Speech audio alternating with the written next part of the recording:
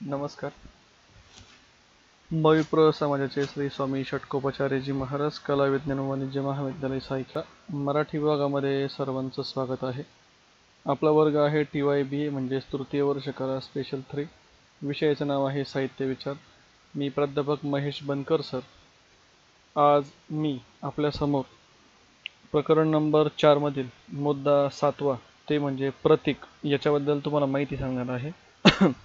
पाठीमागच्या तासाला आपण रूपक आणि प्रतिमा याच्याविषयीची संकल्पना आपण समजून घेतली आहे.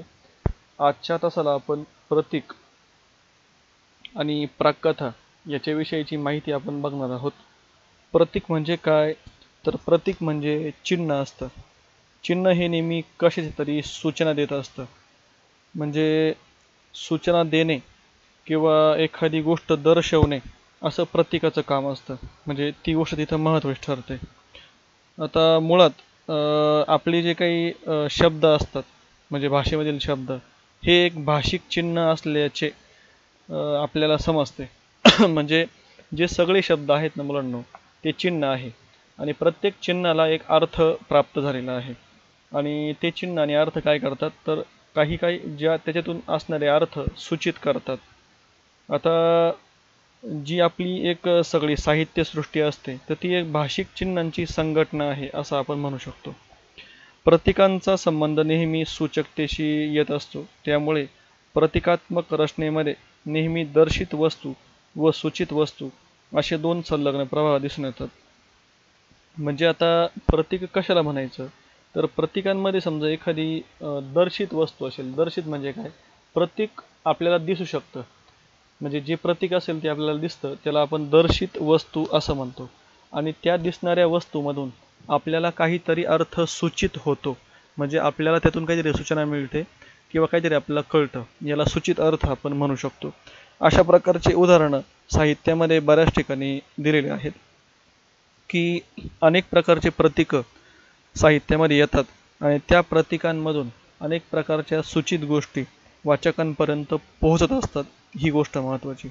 तुमची एक गोष्ट तुम्ही फक्त लक्षात घ्या, प्रतीक म्हणजे काय असतं, तर प्रतीक म्हणजे चिन्ह असतं आणि ते चिन्ह काय करतं, तर ते सूचक असतं. सूचक म्हणजे ते म्हणजे आपल्याला विविध प्रकारचे अर्थ संदर्भ सुचवतं किंवा त्यातून आपल्याला अनेक प्रकारची माहिती मिळू शकते.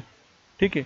तर मग ते चिन्ह आणि त्याची सूचकता किंवा सूचना या दोन गोष्टी प्रतीकांशी काय आहे, तर त्या एकरूप आहे ह्या तुम्ही समजून घ्या. म्हणजे प्रतीक म्हणजे चिन्ह आणि त्यातून मिळणारी सूचना याला आपण प्रतीक म्हणू शकतो. आणि आपली जी काही सगळी साहित्यसृष्टी आहे तर ती सगळी भाषिक चिन्हांची संघटना आहे. आणि आपले जे सगळे भाषेमधले शब्द आहे त्यालासुद्धा चिन्हच म्हणतो आपण. अशा प्रकारे एखादी गोष्ट दर्शित म्हणजे दिसणे प्रतीकाच्या स्वरूपामध्ये, आणि जी गोष्ट दिसते त्यातून काहीतरी अजून वेगळी सूचना मिळणे किंवा आणखी काहीतरी नवीन माहिती मिळणे याला आपण प्रतीक असं म्हणू शकतो. ठीक आहे. तर प्रतीके व सूचित अनुभव यातील अंतर जेवढे कमी असते तेवढे प्रतीक परिणामकारक ठरते आणि प्रतीकांची निर्मिती कल्पनाशक्तीमुळे होते, हे तुम्ही लक्षात घ्या. ठीक आहे. तर प्रतीकांबद्दल माहिती आपण सध्या बघितली, ही संकल्पना आपण समजून घेतलेली आहे. यानंतर आहे प्राककथा. आता प्राककथा म्हणजे काय, तर प्राककथेबद्दल सांगताना प्राककथा या संकल्पनेला आदिबंधात्मक समीक्षा पद्धतीमुळे महत्त्व आलेले आहे, हे तुम्ही पहिले समजून घ्या. आता याच्यामध्ये जे काही फ्रॉइड नंतरचे मानसशास्त्रज्ञ आहे, युंग आणि फ्रेझर हे फ्रॉइड नंतरचे मानसशास्त्रज्ञ आहे. फ्रॉइडने जाणीव, अर्ध जाणीव आणि नेणीव असे मनाचे 3 स्तर सांगितलेले आहे. आणि युंग या शास्त्रज्ञाने किंवा ज्याला आपण म्हणतो विचारवंताने नेणिवेचे व्यक्तिगत आणि सामूहिक नेणीव असे 2 प्रकार मांडलेले आहे. आता यांनी या सगळ्या गोष्टी मांडल्या, जाणीव, नेणीव, ठीक आहे, अर्ध जाणीव. तर ह्या गोष्टी म्हणजे नक्की काय असतात, तर याच्याबद्दल आपण पुढं माहिती बघूया. सामूहिक नेणिवाचा स्तर हा सामाजिक आनुवंशिकतेतून निर्माण होतो. आता प्रत्येक समाजाला एक खास संस्कृती असते मुलांनो, आणि तिला स्वतःची अशी एक खास ऐतिहासिक परंपरा पण लाभलेली असते. या परंपरेतून काही स्मृतिरूप अवशेष सर्व समाजाच्या मनामध्ये नेणिवेच्या स्तरावरती येत असतात. ह्या गोष्टी तुम्ही लक्षात घ्या. आता परत तुम्हाला एक सध्या सांगतो, प्राककथा म्हणजे नक्की काय असतं. तर प्राककथा म्हणजे आपले जे काही जुन्या परंपरा आहे, जुने समाज आहे, रूढी परंपरा आहे, किंवा एका पिढीकडून दुसऱ्या पिढीकडे आपले जे काही संस्कार संक्रमित किंवा हस्तांतरित होत असतात. तर याच्यामध्ये ज्या काही कथा सांगितलेल्या आहे, पूर्वीच्या काही ज्या गोष्टी सांगितलेल्या आहे, ठीक आहे ना, तर त्याला आपण प्राककथा असं म्हणतो. प्राककथा म्हणजे काय, तर एक पिढी त्यांच्या पूर्वजांच्या इतर गोष्टींच्या संस्कृतीच्या ज्या ज्या काही गोष्टी असतील, जे जे काही संदर्भ असतील, तर त्या कथेच्या रूपाने पुढच्या पिढीकडे काय करते, ते संक्रमित करते. आणि त्या कथांना काय म्हणायचं, तर प्राककथा म्हणायचं. ठीक आहे.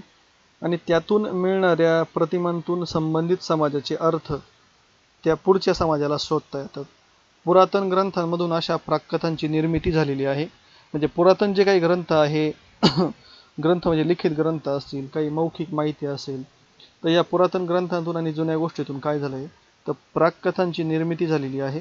आणि म्हणून प्राककथांनी युक्त अशा कलाकृती समाजाच्या जीवनविषयक दृष्टिकोनाला काय करतात, तर एक वेगळं स्थान मिळवून देतात. येते लक्षात. तर अशा गोष्टींना आपण काय म्हणू शकतो, तर प्राककथा म्हणू शकतो. तर मुलांनो, पुरातन काळातल्या सर्व गोष्टी, काही पुरातन ग्रंथ, मौखिक परंपरेने चालत आलेली एका पिढीकडून दुसऱ्या पिढीकडे हस्तांतरित होणारी माहिती, किंवा आपण ती कथा रूपात सांगतो, गोष्टी सांगतो जुन्या, तर ह्या सगळ्या पुरातन काळातल्या सगळ्या संस्कृतीविषयक, विचारविषयक, रूढी परंपराविषयक, किंवा जुन्या सामाजिक चालीरीतींविषयक ज्या ज्या काही कथा जुन्या काळातले लोक नवीन पिढीकडे संक्रमित करतात, त्या कथांना प्राककथा म्हटलं जातं. ही गोष्ट तुम्ही लक्षात ठेवा. ठीक आहे. तर आपण आजच्या तासाला प्रतीक म्हणजे काय आणि प्राककथा म्हणजे काय याच्याविषयीची माहिती आपण घेतलेली आहे. तर इथं आपण सध्या थांबून घेऊया विद्यार्थी मित्रांनो. सर्वांना धन्यवाद.